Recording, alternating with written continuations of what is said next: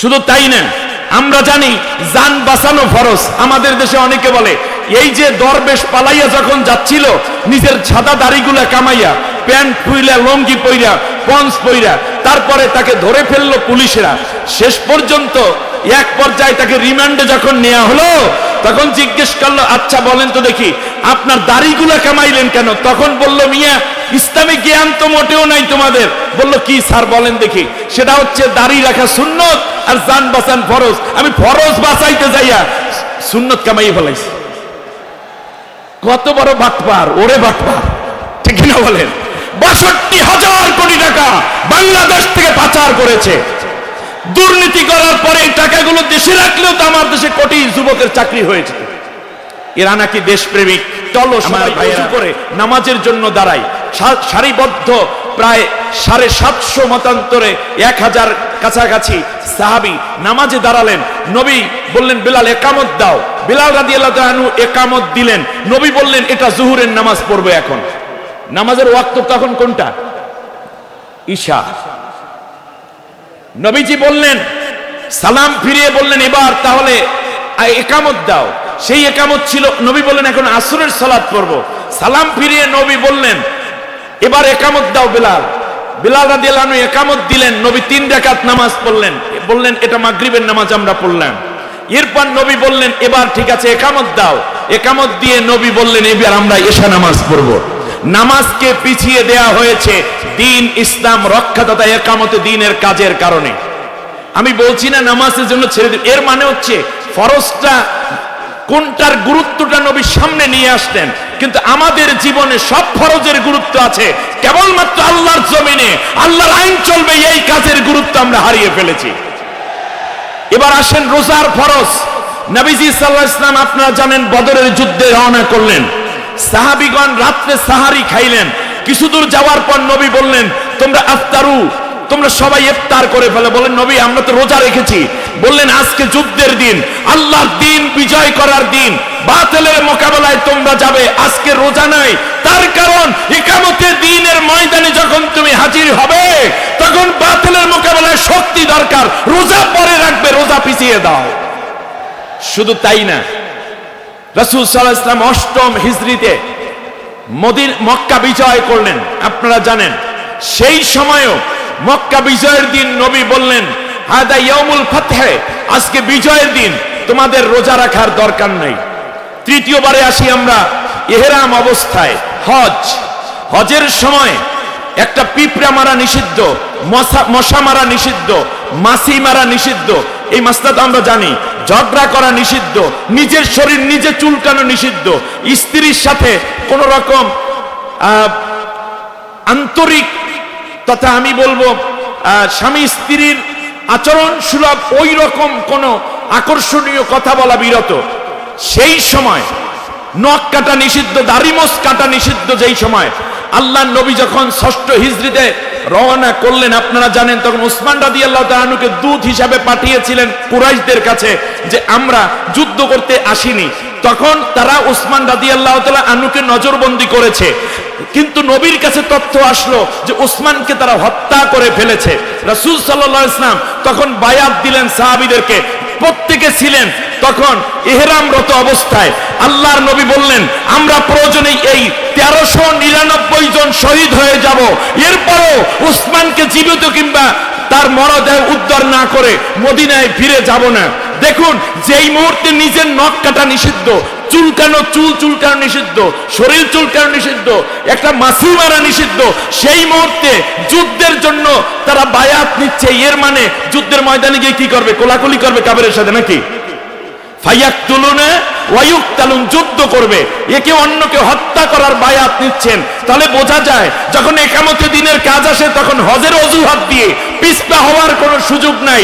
বরং আল্লাহ বললেন, ইন্নাল্লাযীনা ইউবাইউনাকা ইন্নামা ইউবাইউনাল্লাহ। ওয়া নবী, তোমার হাতে যারা বায়াত নিল তারা তোমার হাতে বায়াত নেয়নি, নিজে আমি আল্লাহর হাতে তারা বায়াত নিয়েছে। ইয়াদুল্লাহি ফাওকা আইদিহিম, তাদের হাতের উপর আমার হাত ছিল। শুধু তাই না, আল্লাহ বলেন, লাকাদ রাদিয়াল্লাহু আনিল মুমিনিনা ইয ইউবাইউনাকা তাহতাশ শাজারা, যারা তোমার হাতে বায়াত নিয়েছিল আমি তাদের উপর সন্তুষ্ট আছি। এরপরে আসেন বিবাহ। বিবাহ করা বড় একটি ফরজগুলোর মধ্যে একটা ফরজ। কিন্তু আপনি জানেন তবুকের যুদ্ধে যখন মুতার প্রান্তরে যখন যুদ্ধ হবে, তখন তিনজন সাহাবীকে আল্লাহ নবী রিক্রুট করেছিলেন, তার মধ্যে একজন ছিলেন আব্দুল্লাহ বিন রাওয়াহা। ওই রাতে তার বাসর হওয়ার কথা ছিল। স্ত্রীর কাছে গিয়ে তিনি বললেন, প্রাণের স্ত্রী, শুধু বিদায় নিতে এসেছি, তোমার সাথে আমার এই দুনিয়ায় বাসর হচ্ছে না। তখন স্ত্রী বলেছিলেন যে আমি শুধু আপনাকে দেখব, কোন রকম প্রেম নিবেদন করব না। সাথে সাথে তিনি বললেন, এটাই যদি তোমার কথা হয় তাহলে আজ নয়তো কাল আল্লাহ তাআলা আমার দেখা করিয়ে দিবেন, এমনকি দুনিয়ায় না হলে আখিরাতে আল্লাহ তোমার সাথে আমার দেখা ঘটাইয়া দিবেন। অতএব দেখা যায় বিবাহকে প্রাধান্য না দিয়ে আল্লাহ নবীর আল্লাহ তাআলা যে ফরজ করেছেন ইকামতের দিন, সেখানে আব্দুল্লাহ বিন রাওয়াহা নিজেকে প্রেজেন্ট করেছেন। আপনারা কি আমার কথা বুঝতেছেন? আমি যখন আব্দুল্লাহ বিন রাওয়াহার কথা বলতেছিলাম, তখন আমার কলিজার মধ্যে এই বাংলাদেশে একজন আব্দুল্লাহ বিন রাওয়াহার মতোই আরমান, শহীদ বীর কাসিম আলী সাহেবের কলিজার টুকরা সন্তান আরমানকে যখন কিডন্যাপ করে নিয়ে যাওয়া হলো, একটানা 11টা বছর আয়না ঘরে রাখা হলো। আপনারা জানেন তার স্ত্রীকে, মাত্র 2টা কন্যা সন্তান, 11 বছর, তার স্ত্রীকে তার বাবা, ভাইয়েরা, আত্মীয় স্বজন চেয়েছিল বিয়ে দিতে, কিন্তু তিনি চোখের পানি ছেড়ে বলেছেন, আরমানই আমার একমাত্র স্বামী, দুনিয়ায় আমার কেবল আরমানই আমার স্বামী থাকবে, আপনারা আমাকে বিরক্ত করবেন না প্লিজ। আমি আরমানকে যদি দুনিয়ায় ফিরিয়ে না পাই, তাহলে আদালতে আখিরাতে আল্লাহর কাছ থেকে আরমানকে আমি চেয়ে নেব। সেই দিন শুধু আমরা আব্দুল্লাহ বিন রাওয়াহার কথাই শুনি, কিন্তু প্রত্যেক ঘরে ঘরে কত আব্দুল্লাহ বিন রাওয়াহা রয়েছে, শহীদের রক্তে ভিজে গেছে বাংলার এই সবুজ চত্বর, ঠিক না বলেন? এরপরে আরো যদি জানি, আমরা খুব একেবারে ইন্টারনাল একটি কথা শেয়ার করি, স্বামী স্ত্রী দৈহিক মিলনের পরে গোসল করা ফরজ, এটা আমরা জানি, সবাই জানেন কিনা? এটা ফরজ গোসল। কিন্তু আপনি কি জানেন সেই ফরজকে উপেক্ষা করে হযরতে হানজালা রাদিয়াল্লাহু তাআলা আনহুর সামনে গোসলের পানিকে তিনি গায়ে না ঢেলে যখন শুনলেন যে জিহাদের ময়দানে যেতে হবে, এই শরীর নিয়েই গোসল না করে তিনি হাজির হয়ে গেলেন উহুদের ময়দানে, শহীদ হলেন, যার জান্নাতের পানি দিয়ে গোসল দেয়া হয়েছিল। তাহলে বোঝা যায় গোসল ফরজ ছিল নাকি জিহাদের ময়দানে যাওয়া তার উপরে বড় ফরজ ছিল।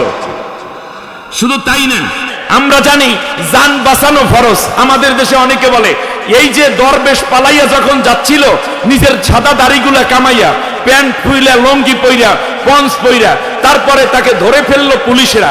শেষ পর্যন্ত এক পর্যায়ে তাকে রিমান্ডে যখন নেওয়া হলো, তখন জিজ্ঞেস করলো, আচ্ছা বলেন তো দেখি আপনার দাড়িগুলা কামাইলেন কেন? তখন বলল, মিয়া ইসলামিক জ্ঞান তো মোটেও নাই তোমাদের।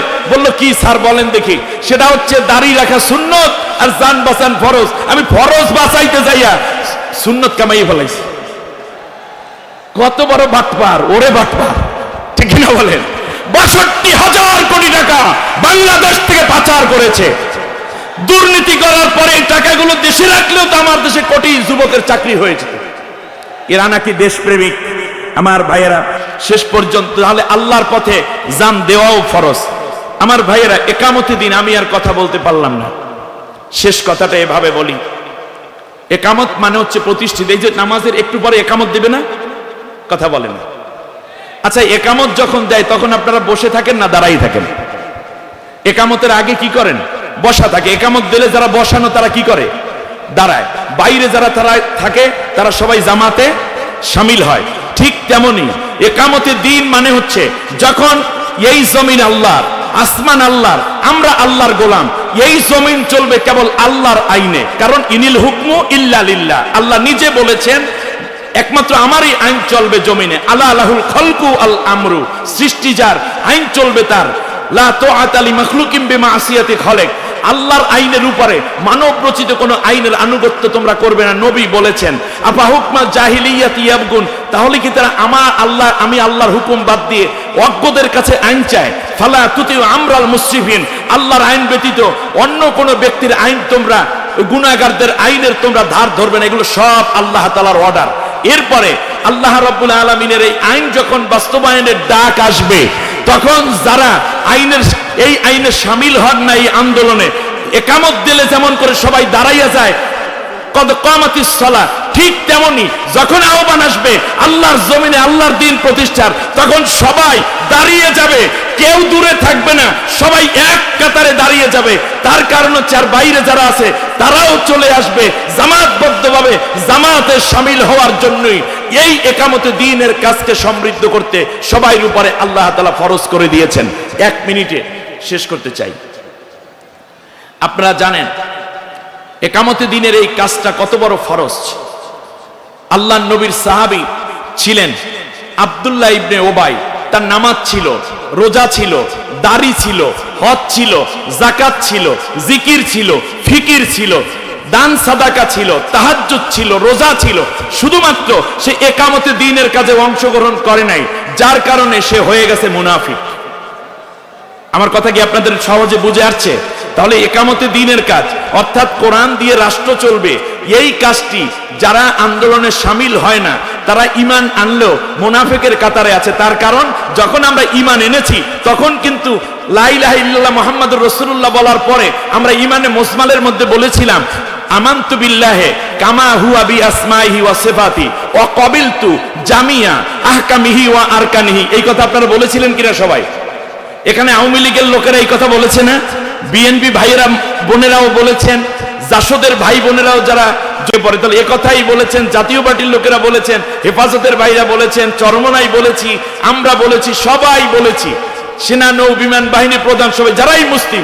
সেখানে অর্থ ছিল এই যে আল্লাহ আমি তোমার যত আহকাম আছে, তোমার যত হুকুম আছে, হুকুমের বহু বচন আহকাম এবং বিধানের বহু বচন হচ্ছে আরকান, আহকাম এবং আরকান, আমি আল্লাহ সবগুলা মেনে মুসলমান হলাম। তাহলে আপনি তো আল্লাহর কোরআনের সব হুকুম মেনেই মুসলমান হয়েছেন, নতুন করে সেই হুকুম কায়েমের জন্য আপনাকে দাওয়াত দেওয়া লাগবে কেন?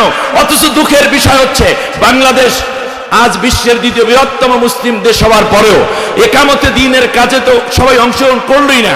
যারাই যখন রাষ্ট্র ক্ষমতায় গেছে তাদের বেশিরভাগই একামতে দ্বীনের বিরোধিতা করেছে, অথচ তিনি মুসলিম বলে নিজেকে দাবি করেন।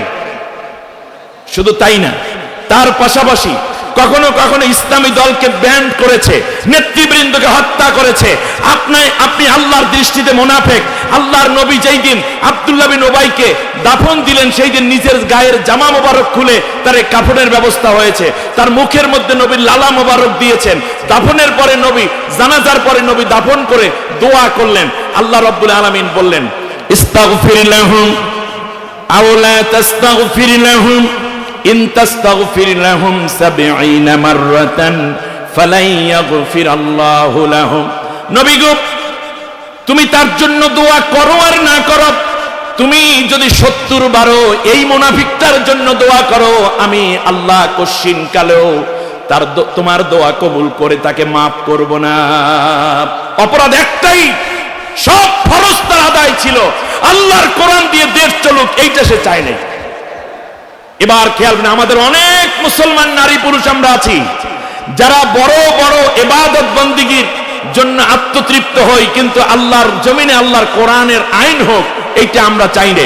আপনারা দেখুন, ইবলিস ৭০ লক্ষ বছর ইবাদত করার পরেও আল্লাহর একটা হুকুম অমান্য করার কারণে সে শয়তান হয়েছে, ঠিক কিনা বলেন? তাহলে বোঝা যায় ইবাদত করে জান্নাতে যাওয়ার শেষ গ্যারান্টি নয়, বরং আল্লাহর হুকুম মেনে চলার মাধ্যমে জান্নাত পাওয়ার সম্ভাবনা আল্লাহ আমাদেরকে তৈরি করে দিয়েছেন। বাস আলহামদুলিল্লাহ। শেষ কথা যে সবাই এই কাজ করতে পারবে না, আল্লাহ যাকে বাছাই করেন তাকে আল্লাহ তাআলা কেবল এই একামতে দ্বীনের কাজে নেন, আর এর দ্বারা আল্লাহ তাআলা তাকে হেদায়েত নসিব করেন। আল্লাহ সুবহানাহু ওয়া তাআলা আমাদের সবাইকে একামতে দ্বীন তথা আল্লাহর কোরআনের আইন কায়েমের মাধ্যমে বাংলাদেশকে সমৃদ্ধশালী একটি বাংলাদেশে পরিণত করার তৌফিক দিন। সেজন্য আজকের একটা স্লোগান দিয়ে শেষ করি, শোনেন, সব দল দেখা শেষ, আল কোরআনের বাংলাদেশ। জোরে বলেন, সব দল দেখা শেষ। দ্বিতীয় স্লোগান নিয়ে বাড়িতে যাবেন, ওয়াজ অনেক শুনবেন। দ্বিতীয় হচ্ছে আল কোরআনের আলো সংসদে জ্বালো, ঠিক কিনা বলেন? আল কোরআনের আলো। হাদা মা ইনদি ওয়াল ইলমু ইনদাল্লাহি আলাইহি তাওয়াক্কালতু ওয়া ইলাইহি উনীব। ওয়াসসালামু আলাইকুম ওয়া রাহমাতুল্লাহি ওয়া বারাকাতুহু।